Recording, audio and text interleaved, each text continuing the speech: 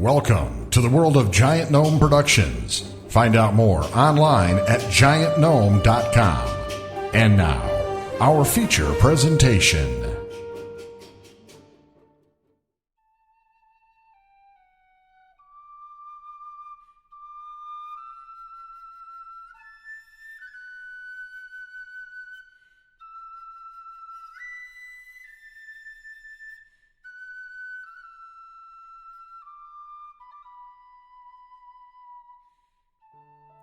Greetings. This is Tony Raymond, one of the creators of Star Trek Outpost. I wanted to welcome you to another of our special mini-sodes. Like all of our mini-sodes, this one was recorded at a convention. In particular, the Fort Collins Comic-Con in Fort Collins, Colorado this past fall.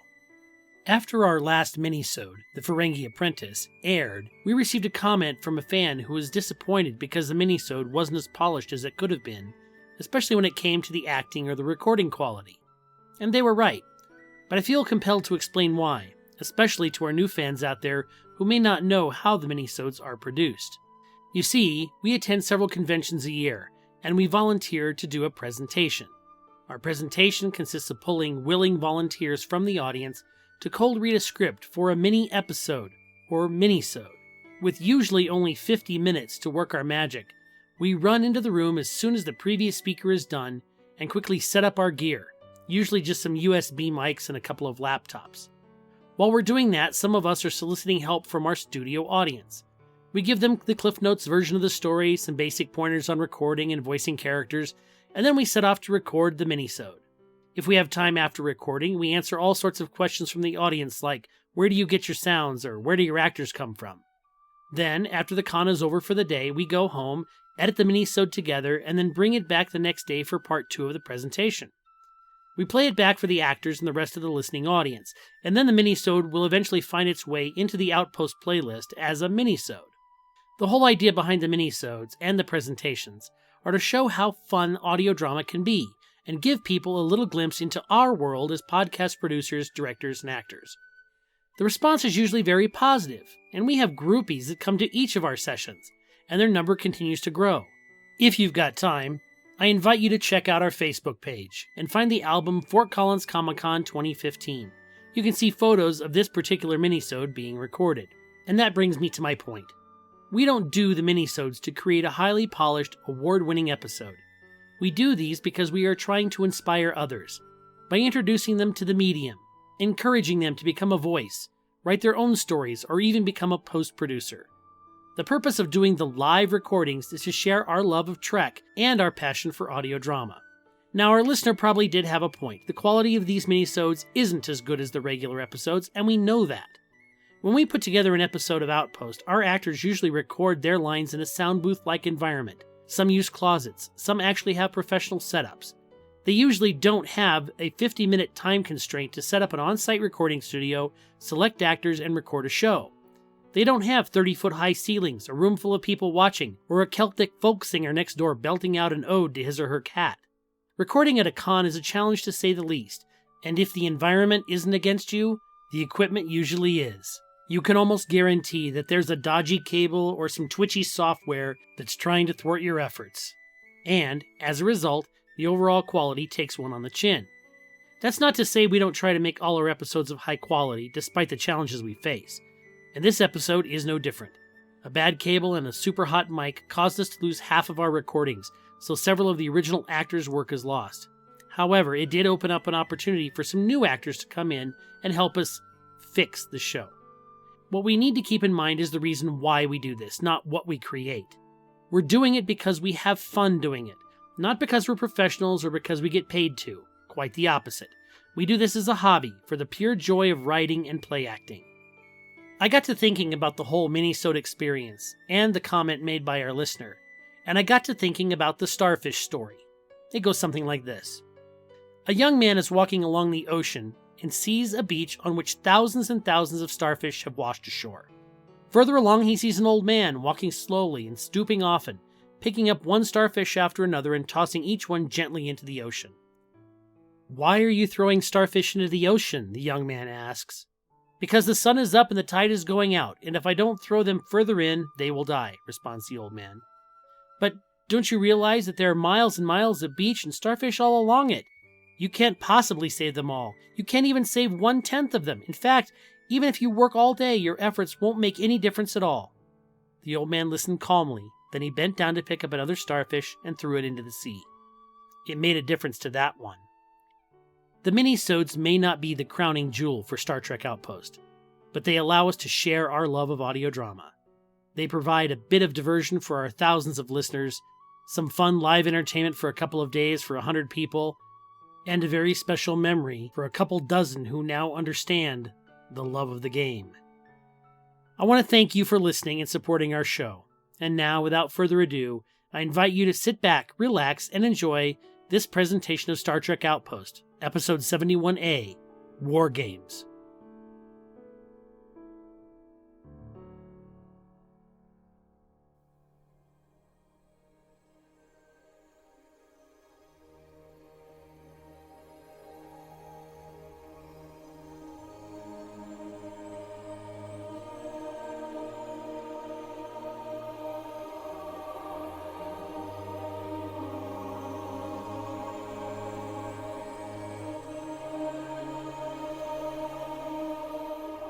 In the darkest reaches of the United Federation of Planets, an isolated station stands sentinel over a neglected frontier.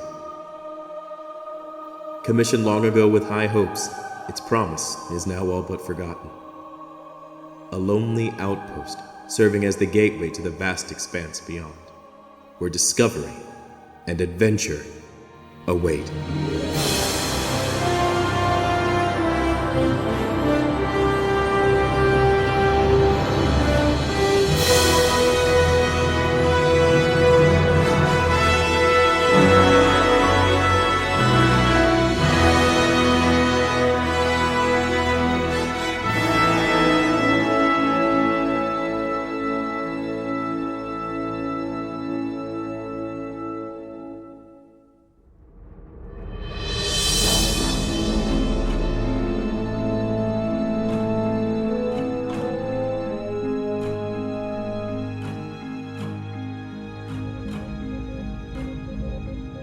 Captain, we are now entering Sector 511. Where are they?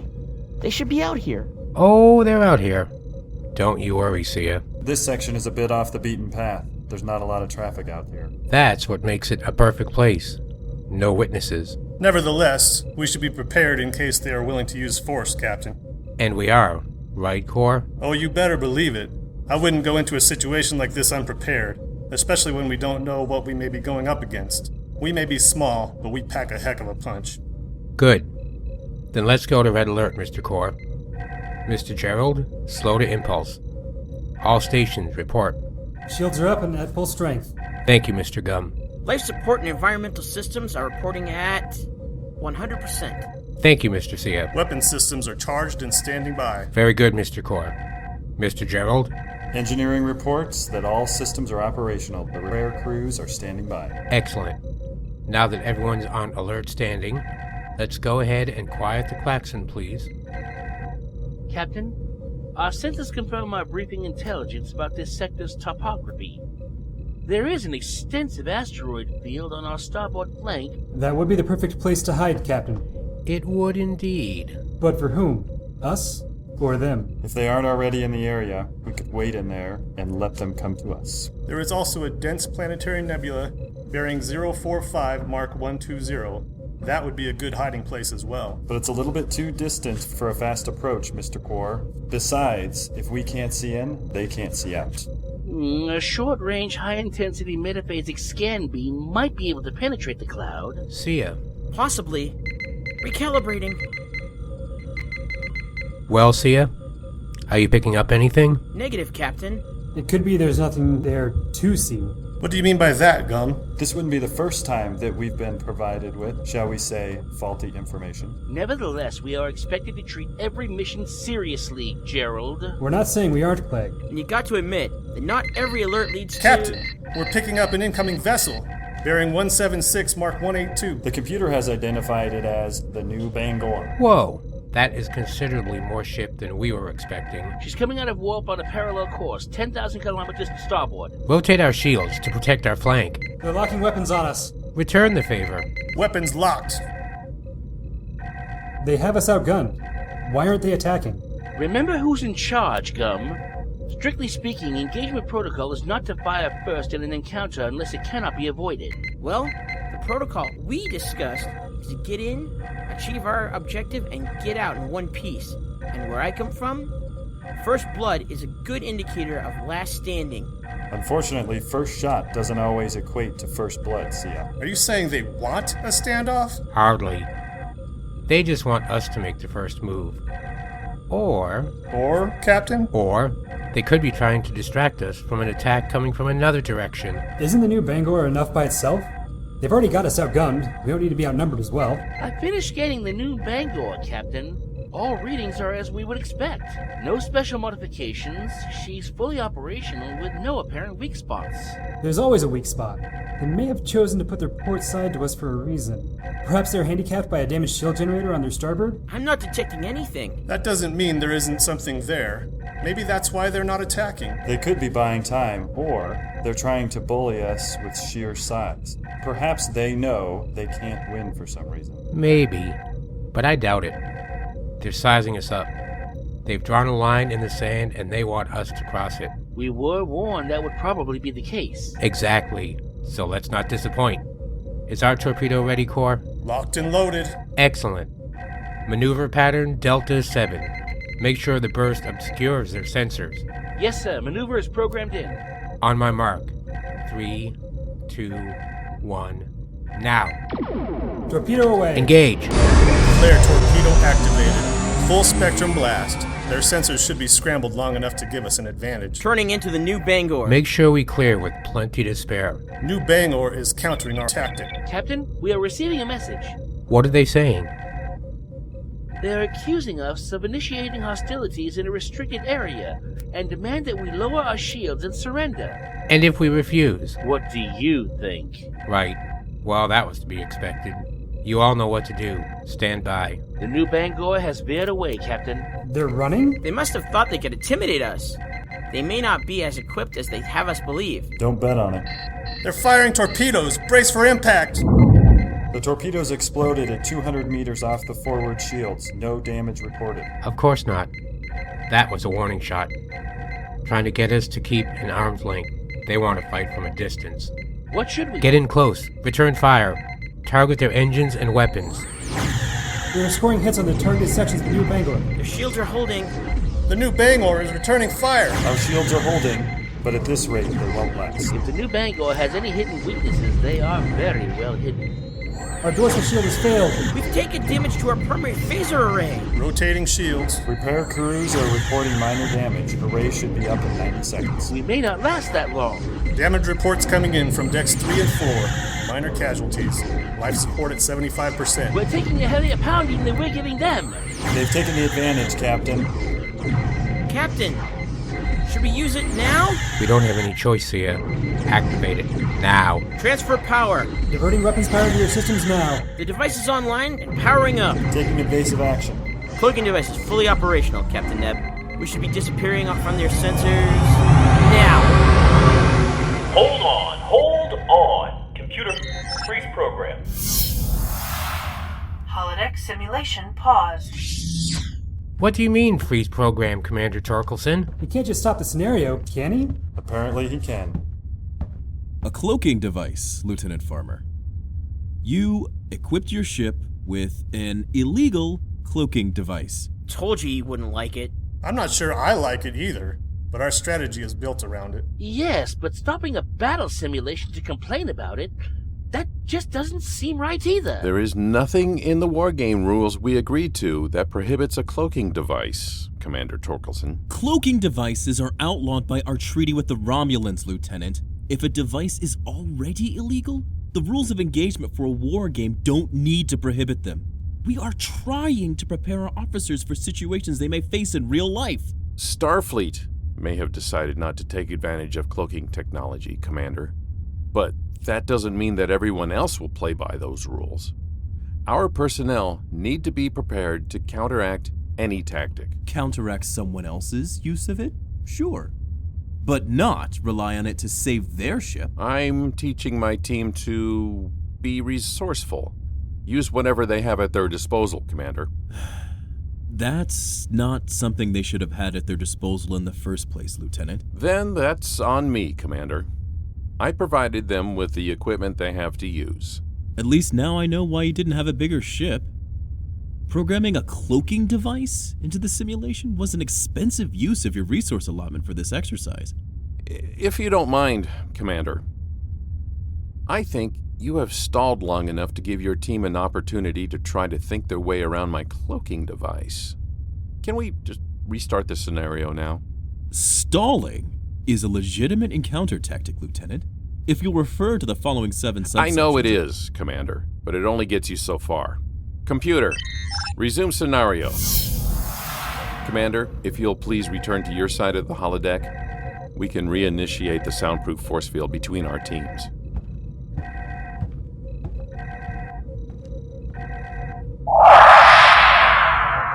Holodeck simulation resumed. Okay, the cloak is up. Gum, Gerald, get us out of here. Moving away from the new Bangor, Captain. They seem to have lost us, Captain. They're laying down a standard fire pattern hoping to hit us. Programming evasive maneuvers. Head for the asteroid field. They'll be expecting that. Most assuredly. But with all the asteroids, they'll have a heck of a time finding us. There's no way they can tell where we'll be coming from. And that's when we can show them what else we have up our sleeve.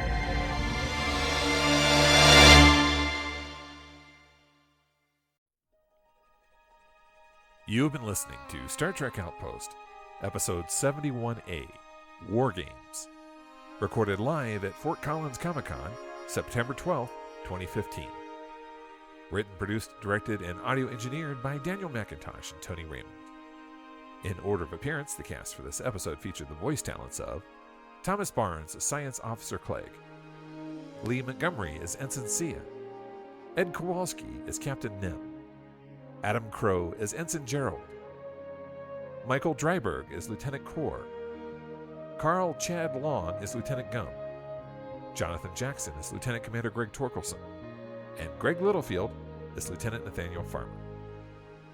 Special thanks to James L. Sims, Billy Johnson, Laura Vollweiler, Michael Whitcomb, Teresa Lemitz, and Holly Kopp, who served as crew number 2. Original music provided courtesy of Matthew McLaren from S&M Productions, Kevin McLeod from Incompetech.com, and Jared Cowan. This is Paul Levelle. Thanks for listening. Star Trek Outpost, created by Daniel McIntosh and Tony Raymond. Based on Star Trek, created by Gene Roddenberry. No rights infringement intended. Tune in next time for Episode 72, Wicked Harvest. For news and updates, please visit us on the web at StarTrekOutpost.com, GiantGnome.com, or on Facebook at Facebook.com/Star Trek Outpost.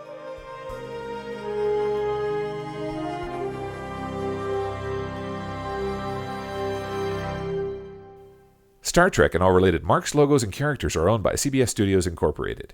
Giant Gnome Productions, the website, the promotion thereof, and or any exhibition of material created by Giant Gnome Productions are not endorsed, sponsored by, or affiliated with CBS Paramount Pictures or the Star Trek franchise. You've been listening to a presentation of Giant Gnome Productions. Visit us on the web at giantgnome.com for more great audio theater.